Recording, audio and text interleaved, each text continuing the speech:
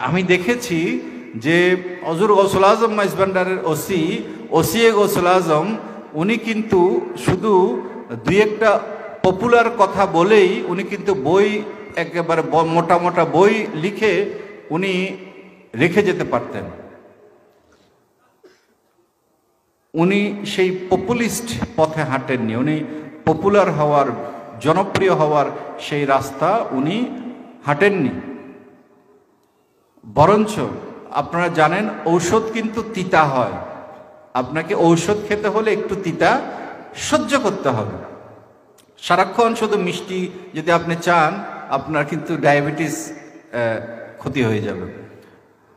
তো ওসিয়ে গৌসুল আজমও অত্যন্ত চাঁচাছোলাভাবে স্পষ্টভাবে ইসলামের যে নীতিমালাগুলো আমাদেরকে পরস্পরের সাথে বেঁধে রাখবে এবং একসাথে সমস্ত মানব জাতিকে, শুধু উম্মাকে নয়, মানব জাতিকে বেঁধে রেখে সমস্ত মানব জাতিকে সামনের দিকে সফলভাবে অগ্রসর হবে, সেই ইসলামী দিক নির্দেশনাগুলো উনি বেলায়েতে মুতলাকায় এনেছেন। এই দিক নির্দেশনাটা এতটাই আমাদের জন্য, আমরা আসলে ওই যে বললাম বিচারকের জায়গা থেকে বা আমাদের যথোপযুক্ত জায়গা থেকে যে আমরা সরে গেছি, এই কথাগুলো আমরা বুঝতেই পারছি না, এই কথাগুলো আমরা বুঝতেই পারছি না, এটা বোঝানো কষ্টকর হয়ে গেছে। এবং ফলশ্রুতিতে আমরা দেখেছি একটি অত্যন্ত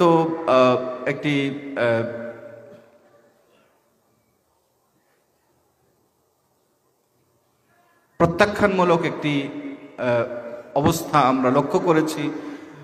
কিন্তু আমরা দেখেছি, আনন্দের সাথে দেখেছি, যখনই আমরা এর একটি ব্যাখ্যা বিশ্লেষণ, আমরা এর কোন দৃষ্টিকোণ থেকে বেলায়েত মুতলাকাকে দেখলে বুঝতে পারা যাবে এটির ব্যাপারে যখন একটি পুস্তক আমরা যখন প্রকাশ করেছি, কিছু পয়েন্ট আমরা দেখিয়ে দেওয়ার চেষ্টা করেছি, তখন আমরা দেখেছি যে এই দৃষ্টিভঙ্গি কিন্তু প্রত্যাখ্যানমূলক দৃষ্টিভঙ্গি আলহামদুলিল্লাহ পরিবর্তন হয়ে গেছে। অনেকেই বুঝতে পারছেন বিষয়টা, কানেক্ট করতে পারছেন, কারণ কানেক্ট করতে হবে। তো এইখানে একটা ডট আছে, এখানে একটা ডট আছে, এইখানে একটা ডট আছে, তাহলে এই সবগুলো ডট কানেক্ট করতে হবে। অর্থাৎ ইলেকট্রিকের তার দেখেছেন, দুইটা তার যদি কানেক্ট করা না হয় তাহলে কিন্তু আলো জ্বলবে না। এখন যেহেতু আমাদের শিক্ষা ব্যবস্থা বলেন, আমাদের সমাজ ব্যবস্থা বলেন, আমরা অনেক ইসলামের যে মূল শিক্ষা থেকে আমরা দূরে সরেছি কনফিডেন্সের সাথে আমি বলছি, এই জন্যেই যে মুসলিম উম্মার ওভারঅল যে কন্ডিশন, যে অবস্থা, এটি হচ্ছে আমাদের জন্যে কি বলবো, এটি হচ্ছে আমাদের জন্যে পরিচয়, যে আমরা আসলে ইসলাম থেকে মুসলিমরা যে উপকার পাওয়ার কথা ছিল, উচিত ছিল, সেই উপকার পেতে ব্যর্থ হয়েছে। না হলে তো মুসলিম উম্মার এই দশা হওয়ার কথা না। ওই জন্য কনফিডেন্স থেকে আমি বলছি যে আমরা সরে এসেছি বলেই বেলায়েতে মুতলাকার যে ইসলাম থেকে হুজুর গৌসুল আজম, এটি ওসি গৌসুল আজম উনি উনি দেখেছেন, উনি এই বিশ্লেষণটা উনি এনেছেন হুজুর গৌসুল আজম মাইজভান্ডারের নির্দেশনা থেকে। তো এটি যতই অপ্রিয় হোক, সত্য কথা উনি বলেছেন, সত্য কথা লিখেছেন। তো এই জন্যেই আমি মনে করি যে একটু হয়তো নিরস আলোচনা, তারপরেও আমি হয়তো একটা উত্তেজনাকর আলোচনা দিলে আপনাদের হয়তো আরো ভালো লাগতো, কিন্তু আমার কাছে মনে হয়েছে উত্তেজনাকর আলোচনার চাইতে চিন্তাযুক্ত আলোচনা এখন অনেক বেশি প্রয়োজনীয়। তো সভ্যতার দিক নির্দেশনা আছে, শান্তির দিক নির্দেশনা আছে। যেই পথ অনুসরণ করলে ইসলাম থেকে যেই সুফল আমরা পাওয়ার কথা সেই সুফল আমরা লাভ করতে পারবো, সেই পথ নির্দেশনা আছে বেলায়েতে মুতলাকায়। আমাদের আরও বেশি মনোনিবেশ করতে হবে এই কিতাবের প্রতি।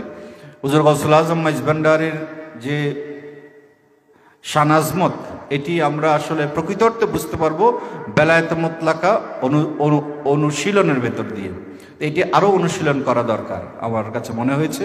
আপনারাও যার যার জায়গা থেকে চেষ্টা করবেন, আমরাও চেষ্টা করব আরও এটিকে যেহেতু একটা কনডেন্সড বুক, এটি একটা কনডেন্সড বুক, এখানে অনেক তথ্য একসাথে দিয়ে দেওয়া হয়েছে, যে কারণে এটি বুঝতে একটু কষ্ট হয়, কিন্তু ইনশাল্লাহ অনুশীলনের ভেতর দিয়ে এটি একসময় আমাদের নিশ্চয়ই বুঝের মধ্যে এসে যাবে। হুজুর গৌসুল আজম মাইজভান্ডারের নজরে করম নিশ্চয়ই এই ব্যাপারে আমাদের উপরে থাকবে ইনশাআল্লাহ।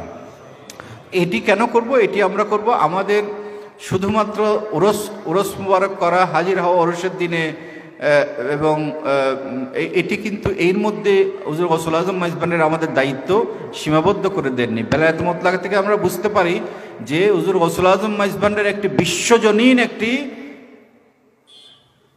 ইসলামের যে বিশ্বজনীন দৃষ্টিভঙ্গি, সেই দৃষ্টিভঙ্গি সঠিকভাবে যাতে আমরা প্রয়োগ করতে পারি তার জন্যে তাগিদ দিয়েছেন। অর্থাৎ আমরা শুধু নিজেদের জন্য চিন্তা করলে হবে না, আমাদের সমাজের জন্য এবং বিশ্বজনীন একটি দৃষ্টিভঙ্গি নিয়ে আমাদের ভাবতে হবে। তো যেই রত্ন আমাদেরকে দিয়ে গেছেন, সেই রত্নের যাতে আমরা কদর করতে পারি, সেই রত্নকে যাতে আমরা ঠিক মতে আমরা যাতে উপস্থাপন করতে পারি, তার জন্য একটি প্রস্তুতির দরকার আছে। তো আমরা সেই প্রস্তুতির দিকে ইনশাআল্লাহ মনোনিবেশ করব আশা করি, এবং সামনের সময়গুলোতে আমরা সেই দিকে নিজেদেরকে খেয়ালে রেখে কাজ করব, কর্মসূচি সেভাবেই দেব। আমার মনে হয়েছে যে ইসলামের যে বৈশ্বিক যে আমাদের নৈতিক অথবা আধ্যাত্মিক নৈতিক যে সংকটগুলো হয়েছে, এগুলো একটি সমাধান বেলায়েত মুতলাকার ভেতরে আছে। আমরা একটু কষ্ট তো করতে হবে, একটু যদি আমরা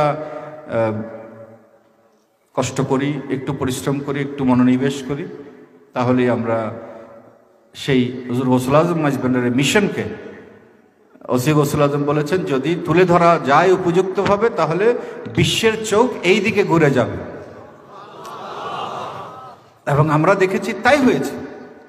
আমরা তুলে ধরতে পারিনি, এটি আমাদের দুর্ভাগ্য, কিন্তু আমরা দেখেছি বেলায়েত মুতলাকা যে দৃষ্টিভঙ্গি বলা হয়েছে তাওহীদ আদিয়ান, আমরা দেখেছি যে এই যে ফুটবল বিশ্বকাপ কাতারে যে শুরু হয়েছে, যেদিন শুরু হয়েছে, যে কুরআনুল কারীমের যে আয়াত শরীফ